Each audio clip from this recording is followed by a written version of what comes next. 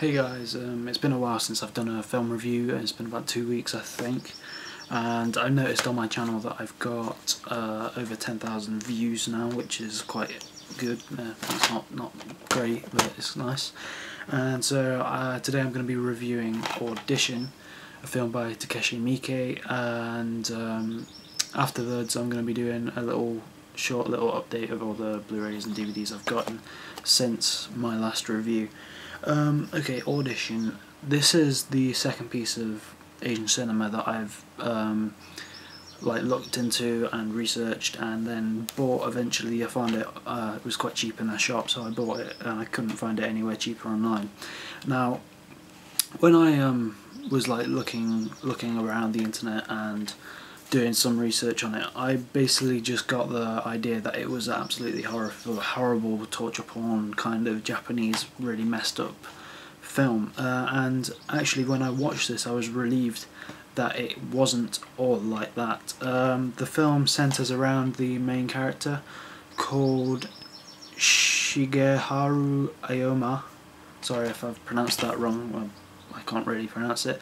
Who hasn't got a wife and is a widow for 7 years, and his son tells him that he needs to, he looks really sad, looks lonely, and he needs someone to love in his life again. This is where the whole synopsis of the story comes from, and this is really interesting. And the whole of the film is about relationships in general, and women's views on relationships, men's views on relationships, but then towards the end it's mixed in with a more psychological and twisted nature of how people are affected when they're growing up if bad things happen to them.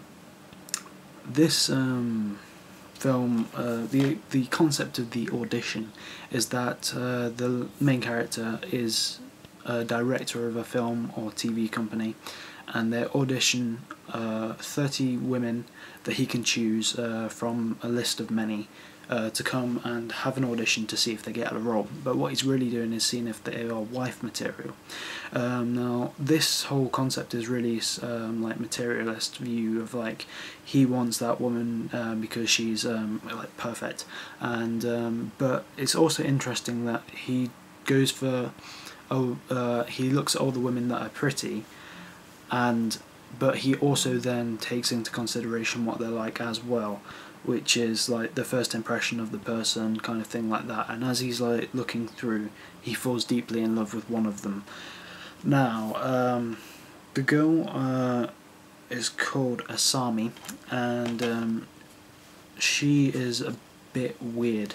Throughout the film there are many cuts to shots of her when she was a little girl, and when she's just in her house in a horrible, grotty, desolate environment, just looking at the camera or looking really creepy.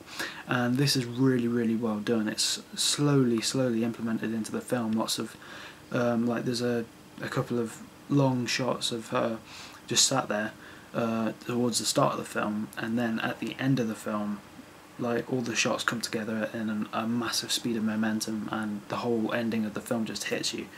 Another thing I thought was interesting about the relationship thing is that the man who's, I don't know how old he is, about 30, 35, something like that, so widowed, and he looks for the woman, and he can see a more sentimental side to women, but his son is also, his son's a teenager, and he is getting with girls, got girlfriends, and his dad's completely fine with that. He even supports the fact that he's just with them for a bit. He supports the whole nature of just casual sex, stuff like that.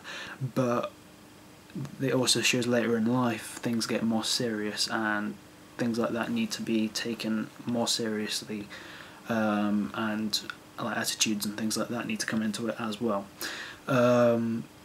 This is completely changed by Asami's view of relationships. When she goes out on a date with this man, she fully reveals herself to him, and the way that she does this is really intense. It's as if she's the only person that she's ever really spoken to, and he really loves her. He falls deeply in love with her, and they plan to go on a romantic holiday. We find out that also linked to some of the man's expectations, he doesn't want just to have a beautiful woman in his life as a wife. He wants her to have some form of like achievement in their life, so they are more of an art form, and she used to be a ballerina, which is explored later in the film in her childhood and how she grew up. Now the first half of the film is not violent at all, it's more of a character study about relationships and sex, and what people think about things, and how different views come across to different people, and how people like how people react to certain situations. And then in the second half of the film, that's twisted into the fact where at the start of the film, the man's more dominant. He gets to choose who his woman is. He gets to like you know that kind of thing. He's choosing who he wants to be with. And then in the second half of the film, the woman is punishing him because of the nature of his choice. And the thing is, this girl has been tormented since childhood. You find out later in the film. The shots slowly escalate into some absolutely horrendous things happening in the film. Like there's lots of references to crimes that she's committed in the past, with people.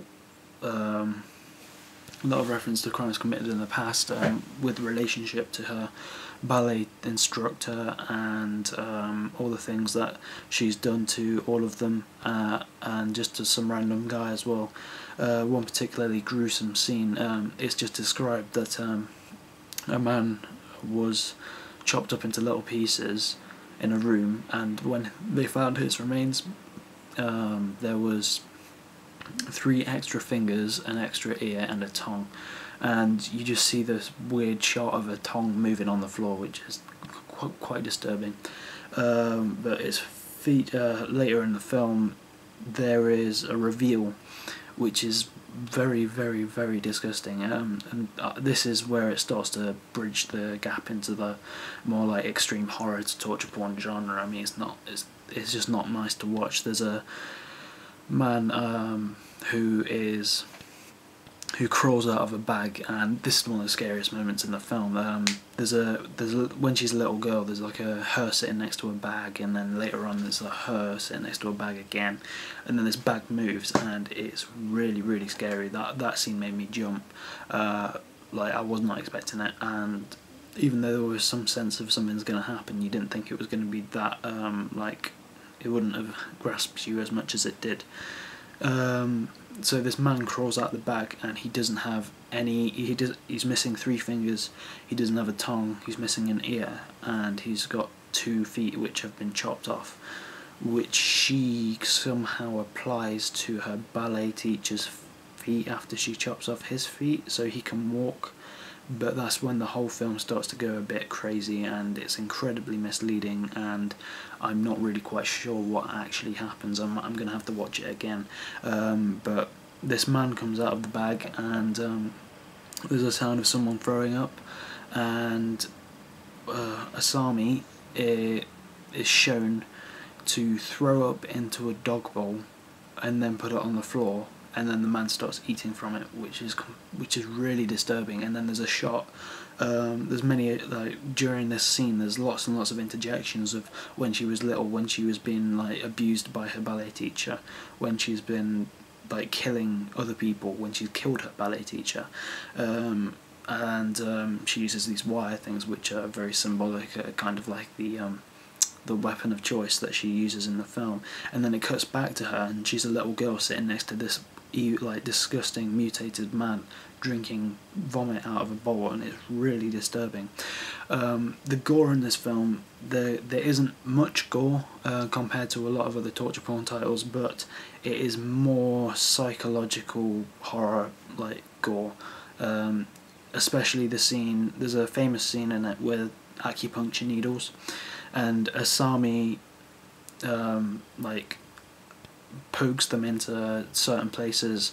He puts some in his stomach when he's on the floor and he's screaming with pain. Apparently that's meant to be like one of the most like the worst places to get hit or hurt or cut into.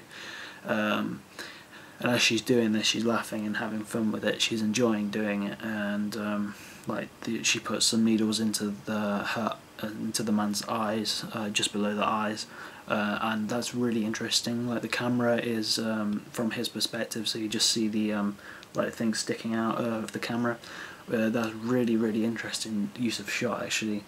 At the end of the film, towards the end of the film, when shots start escalating, the editing starts to ramp up to an amazing speed. There's some absolutely disturbing images within the film, and everything comes together. But it also mixes the confusion of the man with the confusion of the audience, and the audience can completely relate to his confusion with this woman and why she suddenly turned out to be like this, with the use of many different shots, and in some cases changing the chronology and the plot of the story. Scenes are it goes back to scenes which have already happened and changes them, and the audience are left to wonder whether those scenes happened or whether they didn't happen, and which one is the correct scene to use, and which scene would be the correct one to use to then lead to the end of the film, and which kind of you know the outcome of the film now, but which of the two scenes could work with the outcome best, and they both work in two different ways, which is also really interesting.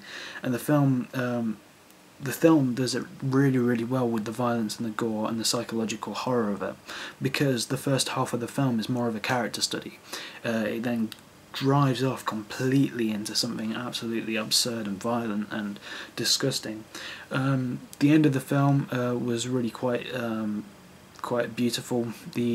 I know it sounds weird, but the shot of the woman, Asami, just laying on the floor talking to the man about relationships and how men are meant to love women. I really did enjoy this film, and I highly recommend picking it up or watching it online or just having any access to it just to see what it is.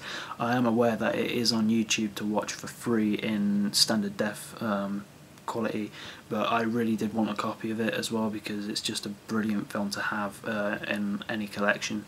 This has been my review of Takashi Miike's Audition. More Asian Japanese kind of films to come in the future. I think this is Japanese, it might be Korean, I'm not sure. I apologise if I'm wrong, of course. It was done by Asian Extreme Cinema, so you know, it's one of them. I would give this film, honestly, a 9 or a 10 out of 10. This really does grip you from the beginning with the character study, and then it just tears you apart towards the end, to a point where you almost don't want to watch what's happening, and it becomes very confusing and very revealing as fact to the person as an audience, and to what they thought was going to happen and to what did happen.